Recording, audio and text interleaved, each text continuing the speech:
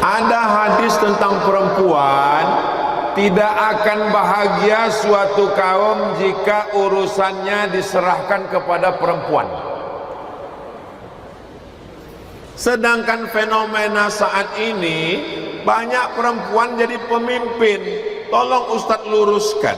Ini nanti banyak terjadi di 2024 ketika pemilihan pilkada dan caleg.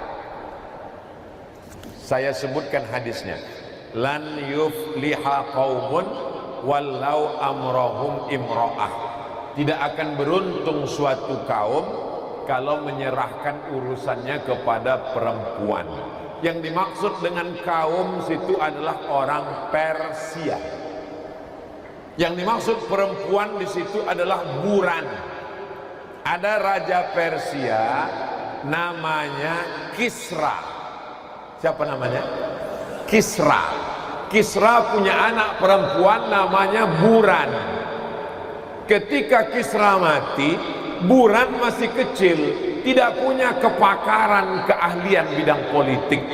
Tapi karena mereka memakai sistem monarki kerajaan, akhirnya mereka melantik Buran menggantikan bapaknya untuk menjadi raja Persia. Berita itu sampai ke Nabi, maka Nabi mengeluarkan hadis. Kata Nabi, lan yufliha qaumun wallau amrahum imra'ah. Tidak akan beruntung Persia mengangkat pemimpinnya perempuan yang tidak punya keahlian di bidang politik karena masih anak kecil.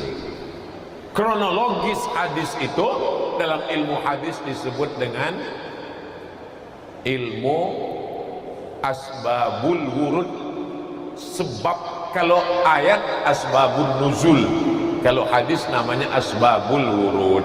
Jadi kalau ada perempuan akidahnya kuat, ilmunya hebat, disiplin, tepat waktu, maka dia bisa jadi pemimpin. Jelas? Jelas. Bisakah masuk masjid atau teras masjid kalau lagi datang bulan? Saya berpegang pada mazhab Syafi'i. Dalam kitab Al-Fiqhul Islami wa Adillatuh, tidak boleh masuk masjid, tidak boleh baca Quran, tidak boleh bawa Quran, tidak boleh pegang Quran, tidak boleh sholat, tidak boleh puasa, tidak boleh iktikaf. Jadi kalau begitu dia dengar pengajian di mana? Biasanya di luar masjid dipasang tenda, atau biasanya ada teras yang tidak dipakai untuk sholat. Makanya di luar masjid tetap dipasang sound system bagi yang tidak bisa masuk ke dalam masjid. Nanti kalau ada ustazah yang mengatakan gak apa-apa, masuk aja ke dalam, mungkin dia pakai mazhab yang lain. Tapi saya selalu memakai tingkat kehati-hatian yang lebih tinggi. Dalilnya mana? Mana dalil perempuan yang haid gak boleh masuk masjid? Ini arah kiblat. Rumah Nabi di sebelah kiri. Nabi datang ke pintu kamarnya. Lalu Nabi minta kepada Aisyah, nawilinil khumrah.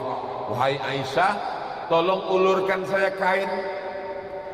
Aisyah tidak masuk ke dalam.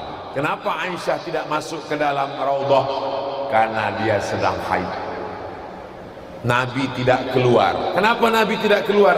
Karena Nabi tidak mau iktikafnya batal. Lalu Aisyah mengulurkan tangannya ke dalam. Itu dalil bahwa perempuan haid tidak boleh masuk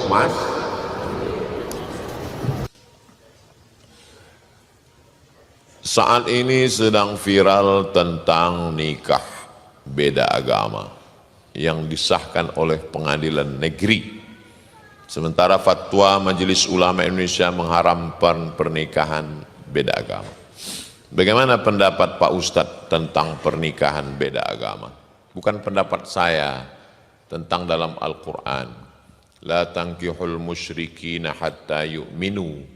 Jangan nikahkan anak perempuanmu dengan laki-laki yang musyrik sampai mereka beriman. wal abdun mu'minun, hamba sahaya kalau dia beriman, khairun, lebih baik, min musyrikin, daripada orang musyrik, walau a'jabakum, walaupun mengagumkan kamu hartanya, bangsawan, kaya, punya jabatan dan lain sebagainya. La tunkihul musyrikati hatta yu'min, janganlah hai laki-laki kamu menikahi perempuan yang beda agama. Wala amatun musyrik mu'minatun, perempuan yang berkulit hitam hamba sahaya, khairun min musyrikatin. Wala amatun mu'minatun, perempuan yang hamba sahaya berkulit hitam miskin susah melarat, khairun, lebih baik, min musyrikatin, daripada seorang perempuan yang berbeda agama. Walau a'jabatskum, walaupun dia menarik, menakjubkan bagi kamu. Bapak-bapak, ibu-ibu, jaga anaknya. Kalau sudah nampak bergaul, jangan sampai dia jatuh cinta, nanti dia menjadi melawan. Semua berawal dari percikan-percikan api di lalang yang kering, cepat padamkan. Siapa itu? Teman saya kuliah mah, beda agama, berteman, hati-hati. Nanti betapa banyak disebabkan oleh pertemanan dan persahabatan. Bergaul, berteman, tak masalah. Tapi kalau sudah sampai pada pernikahan, na'udzubillah. True story, kisah nyata. Datang bapak-bapak, ibu-ibu ke kantor Badan Amil Zakat Nasional Provinsi Riau. Saya waktu itu jadi tim sosialisasi zakat. Assalamualaikum Pak Ustadz, Waalaikumsalam. Saya mau nanya masalah agama, apa masalahnya? Ustadz Somad nggak usah ikut sidang dulu. Kenapa? Ini ada 2 orang yang mau konsultasi agama. Ada apa Bapak Ibu? Nangis dua-duanya. Saya tanya, ada apa Pak? Makin kuat. Saya bilang, kalau Bapak Ibu nangis, nanti saya nangis juga. Apa masalahnya? 5 orang sekali murtad Pak Ustadz. Loh, gimana ceritanya? Anak gadis saya nikah, ini pura-pura masuk Islam. Setelah anak 3, dia murtad. Anak saya takut nggak makan. Anaknya 3 dibawa. Anak, menantu, cucu. Saya nggak bisa bicara kuat karena ini orang udah tua-tua, 70 tahun. Kalau sempat saya katakan, mengapa? Saya takutnya meninggal. Akhirnya saya bilang, ibu bapak doakan pulanglah ke rumah. Karena nasi sudah jadi tai ayam. Udah 5 orang murtad, bapak ibu masih cerita bubur juga lagi. Jaga anak keturunan kita, jaga. Lihatlah berapa banyak artis-artis yang murtad karena pernikahan, karena pacaran, karena pergaulan. Allah akan menjaga bumi, pulau, kepulauan Buton ini insya Allah. Masukkan anak-anak dengan komunitas dakwah. Bau-bau hijrah festival ini membangkitkan semangat. Masya Allah, para alim ulama, tokoh-tokoh masyarakat datang kemari. Tidak sampai berbulan-bulan. Pekan lalu ada ustadz, pekan lalu ada ustadz. Semarakkan terus dakwah supaya terjadi juga akidahnya insya Allah.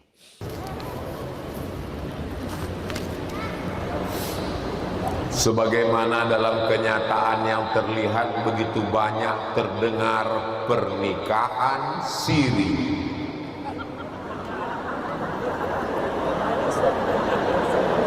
Ustaz Somad, yang tadi saya nggak jelas, tapi yang ini jelas perasaan. Kira-kira hukumnya gimana Pak Ustadz jika seorang suami nikah siri tanpa izin istri yang sah? Dan jika pernikahan itu telah terjadi, apakah perbuatan mereka dikatakan dosa?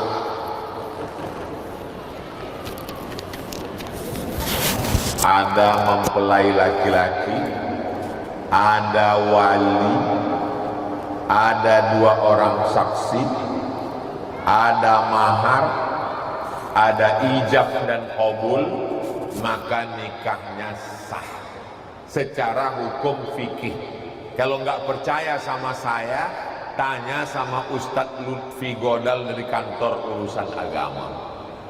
Tapi secara negara nikahnya tidak sah. Kenapa? Tidak terdaftar di kantor urusan agama. Jangan mau nikah siri, karena nanti kalau suaminya pergi nggak pulang-pulang, dia tidak bisa menggugat ke pengadilan agama sampai mati, nggak bisa. Nunggu ninggal baru bisa dia kawin lagi.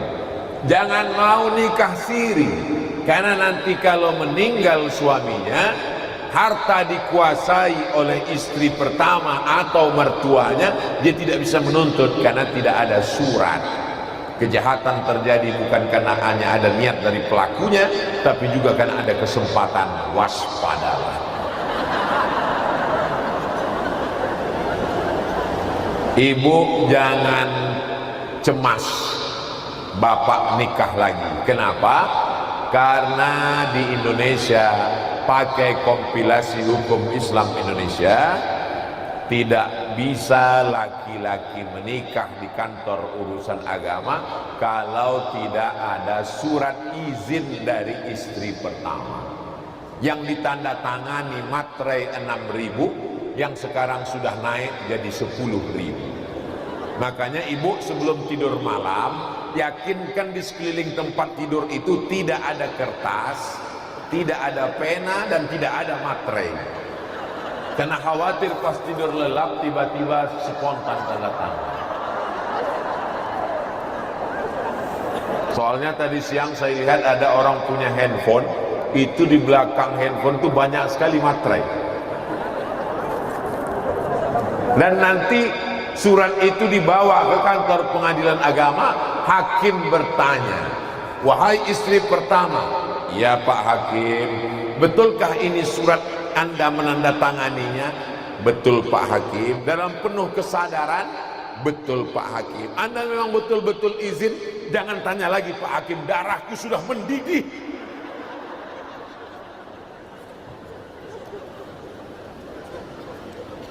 Poligami dalam Islam adalah emergency door, pintu darurat. Masuk saya ke pesawat, lalu pramugari pun memberikan arahan. Ladies and gentlemen, kepala beku ditempel semen. All of our passenger, semua penumpang pesawat terbang, di belakang kita ada pintu, di depan ada pintu. Ketika terjadi hal yang tidak diinginkan, kapal meledak, masuk ke dalam jurang, maka ada pintu darurat. Perhatikan pintu darurat. Pintu darurat hanya dibuka pada saat emergency. Jelas? Mau, tapi nggak diskon. Beli berbagai brands ori di Shopee 1010 Brands Festival. Belanja Emergency. Jelas? Bagaimana cara menghadapi orang tua yang masih awam agama? Padahal hampir segala cara saya lakukan, termasuk berdoa, berikhtiar. Jangan mentang-mentang udah ngaji sama BKMT, Insan Cita Indonesia, Muslimat Nahdlatul Ulama Al Khairat, lalu pulang dari pengajian langsung panggil ibu ayah, ya ayyuhallazina kafaru. Gak bisa. Saya walaupun ustadz tamat Mesir Maroko, di mata ibu saya tetaplah anak kecil yang baru pandai berjalan. Ibu tidak pernah melihat anaknya besar.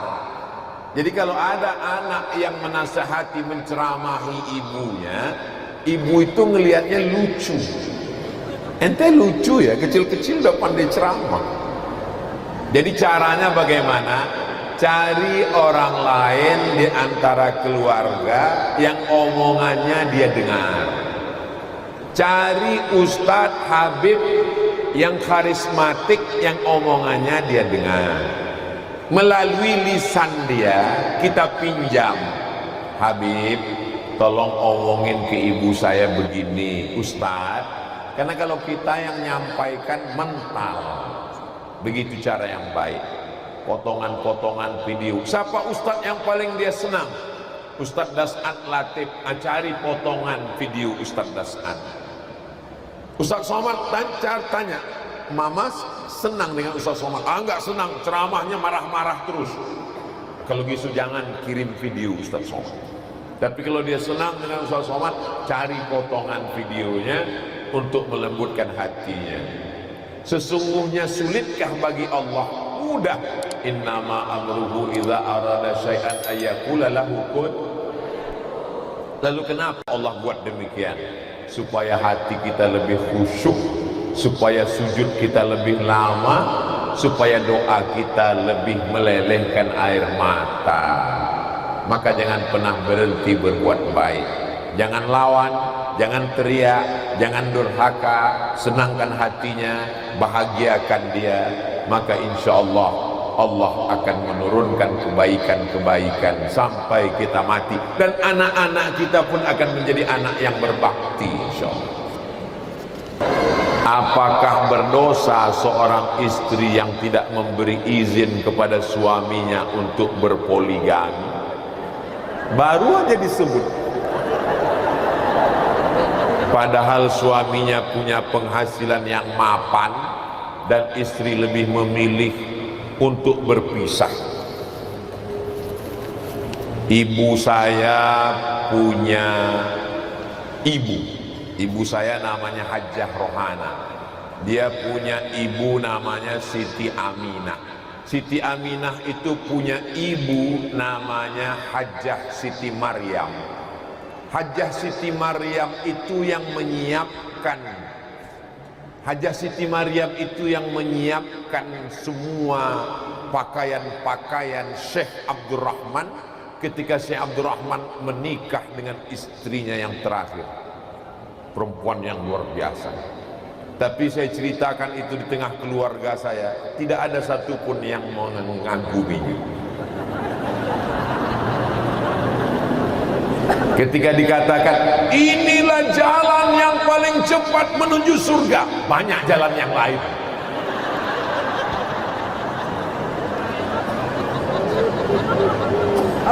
Kalau ibu sanggup, ibu mampu, maka jalanilah. Tapi kalau tidak mampu, maka jangan dijalani. Hidup ini singkat, jangan hidup dengan penuh keterpaksaan. Ketika kita mati menghadap Allah, yang setia menemani kita hanya amal soleh, bukan somat. Jadi kalau siap, teruskanlah. Kalau putih, katakan putih. Kalau hitam, katakan hitam. Kalau padi, katakan padi. Kalau beras, katakan beras. Jangan hari ini putih, besok hitam, berubah-ubah. Istikharah 2 rakaat, usolli sunnatal istikharah, izin poligami lillahi ta'ala. Kalau memang sanggup, berikanlah. Kalau tidak sanggup, katakan baik-baik, aku tak sanggup bang. Jelas?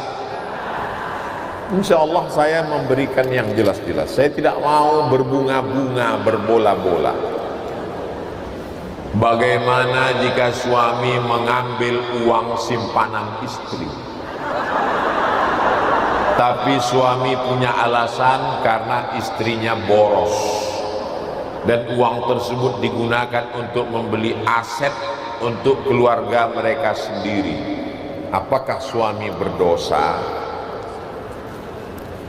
Nampaknya banyak istri yang sudah bisa menjawab sendiri, tapi saya tetap menjawab. Ibu punya harta, warisan dari orang tua, punya ruko, punya kebun. Bapak juga punya harta, warisan orang tua dan hasil kerja. Setelah itu kalian menikah. Apa beda harta bapak dan harta ibu? Di dalam harta bapak ada hak ibu, namanya nafkah. Di dalam harta ibu tidak ada hak bapak. Jelas? Ibu punya ruko, ibu punya kebun, ibu punya emas. Sebelum menikah milik ibu. Bapak tidak punya hak apapun terhadap harta itu. Tapi karena bapak ini orangnya kasihan, dia takut ibu shopping terus, akhirnya dia ajak atur. Ini kita investasikan ya ma, tapi ibu mesti hati-hati juga. Takutnya dia pakai untuk persiapan yang lain. Tapi saya mesti jelaskan bahwa ini punya ibu, ini punya bapak. Kalau tidak nanti orang menganggap perempuan kalau sudah menikah, gelangmu punya saya, tanahmu punya saya, rukomu punya saya, karena surgamu di bawah tapak kaki saya. Pembodohan. Perempuan mesti mengerti mana hak dia dan mana kewajiban dia, karena Allah mengangkat harkat, derajat, martabat perempuan. Wa amruhum syura bainahum. Kalau mau investasi, mau beli barang, uang ini dibelikan supaya ibu tidak boros, mesti diputuskan secara musyawarah. Dan surat menyuratnya jelas. Ini punya ibu, punya bapak, atau mau dibuat atas nama anak supaya tidak terjadi silang sengketa di masa akan datang. Jelas? Assalamualaikum Ustaz. Apakah ada doanya agar anak keturunan kita menjadi anak yang soleh dan solihah, istiqomah dalam kebaikan, agar bisa menjadi ulama seperti ulama Maha Guru Imam Lapeu? Terima kasih. Wassalam Pak Ustadz. Saya kalau ketemu orang-orang hebat itu, saya tanya. Waktu ketemu dengan Bismillahirrahmanirrahim, Kiai Haji Muammar ZA. Agak mirip-mirip dikit kan? Di antara qori-qori internasional yang eksis dari zaman saya kecil sampai sekarang, banyak qori hilang. Tapi beliau ini termasuk eksis. Jadi saya tanya, apa amalannya Kiai? Jadi saya kalau ketemu ulama tuh saya bisik, apa amalannya Kiai? Banyak juga orang sekarang bisik ke saya, udah ngopi belum? Apa amalannya Kiai? Kata Kiai Muammar, ibu saya kalau habis sholat maghrib ke isya membacakan Al-Fatihah dan Yasin untuk anak-anaknya. Anaknya 9, Fatihah Yasin, Fatihah Yasin, Fatihah Yasin, Fatihah Yasin. Bertawassul kepada Allah dengan surat Al-Fatihah dan surat Yasin. Ayah saya, kata Kiai Muammar, habis maghrib ke isya enggak keluar masjid. Masuk maghrib, keluarnya isya. Dan habis subuh, sholat, keluarnya terbit matahari setelah syuruk, mendoakan. Baru saya paham, di balik anak yang hebat, ada ayah ibu yang luar biasa. Ibu saya nggak pernah cerita, saya nggak pernah nanya. Tapi ketika dia tua, saya bawa pengajian, kemana-mana ngaji saya bawa. Saya bawa ke Medan. Sampai di Medan kami nginap di hotel. Kata dia, kawanku mau datang. Terserah mak, mau datang ke kamar atau kita di lobi bawah. Di bawah ajalah, nggak enak di atas. Iyalah, di bawah. Saya biarkan mereka ngobrol, saya nguping. Apa yang diceritakan orang-orang tua? Temannya nanya, apa yang kau doakan anakmu? Kata mak saya menjawab, setiap malam ku bacakan anakku Al-Fatihah 100 kali. Saya dengar terkejut saya, dia enggak pernah cerita. Dia enggak pernah bilang, kau ku bacakan 100 kali, enggak pernah. Setelah dia meninggal, datang jamaah. Ustadz, tadi saya lewat di depan rumah almarhumah emak Ustadz. Loh, ibu tahu rumah emak saya? Oh, saya selalu datang ke sana. Kenapa enggak pernah ketemu? Pas Ustadz enggak ada. Karena saya nggak mau ngobrol sama Ustadz, saya ngobrolnya sama emak Ustadz. Apa aja cerita emak saya? Katanya anakku itu kalau dia tidur di kamar, Aku zikir di depan pintunya pas dia tidur. Aku bacakan zikir la ilaha illallah antara 1000 sampai 3000 kali malam kalau dia sedang di rumah. Setelah meninggal baru saya tahu. Saya ceritakan ini ke ibu-ibu supaya kalau sedang mengandung anak banyak baca la ilaha illallah, surat Yasin, Al-Fatihah dan sholawat. Jangan pas ngandung anak kayak racun, kucing garong, cinta satu malam, selimut tetangga, pulang-pulang berbadan 2. Bapaknya juga begitu, bapaknya juga berzikir. Jangan bapaknya sibuk dengan maksiat. Maka kalau ini dilaksanakan, bacakan doa Nabi Ibrahim, Rabbi habli minas solihin. Bacakan doa Nabi Zakaria, Rabbi habli min ladunka zurriyatan thayyibah. Saya nggak bisa bahasa Arab, nggak hafal doanya, pakai bahasa Indonesia. Ya Allah, jadikan anakku ini soleh, jangan seperti aku. Saya tidak soleh Pak Ustadz. Tidak merasa soleh, tapi insya Allah kita soleh di hadapan Allah insya Allah. Amin.